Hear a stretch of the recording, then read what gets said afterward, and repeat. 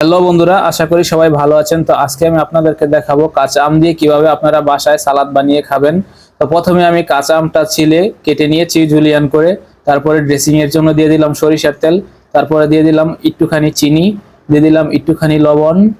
এবারে দিয়ে দিচ্ছি অল্প একটু সামান্য একটু বিট লবণ, আর দিয়ে দিচ্ছি অল্প একটু চাট মশলা, দিয়ে দিচ্ছি হাফ টি স্পুন পরিমাণ শুকনো মরিচের ফাঁকি। এবারে দিয়ে দিচ্ছি কাসুন্দি, দিয়ে দিচ্ছি প্রায় 3 টেবিল স্পুন পরিমাণ কাসুন্দি দিলাম। তো সবকিছু দিয়ে ভালোভাবে মিক্সিং করে নিচ্ছি মশলাটা। এটা হচ্ছে সালাদের একটা ড্রেসিং।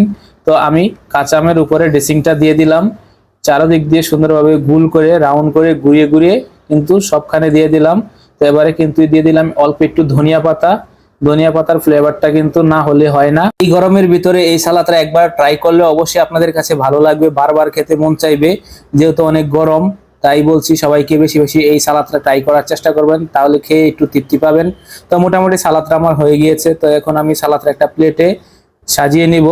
তো একটা প্লেটে আমি সালাদটা দিয়ে দিলাম। তো মোটামুটি আলহামদুলিল্লাহ সালাদটা কিন্তু হয়ে গেছে।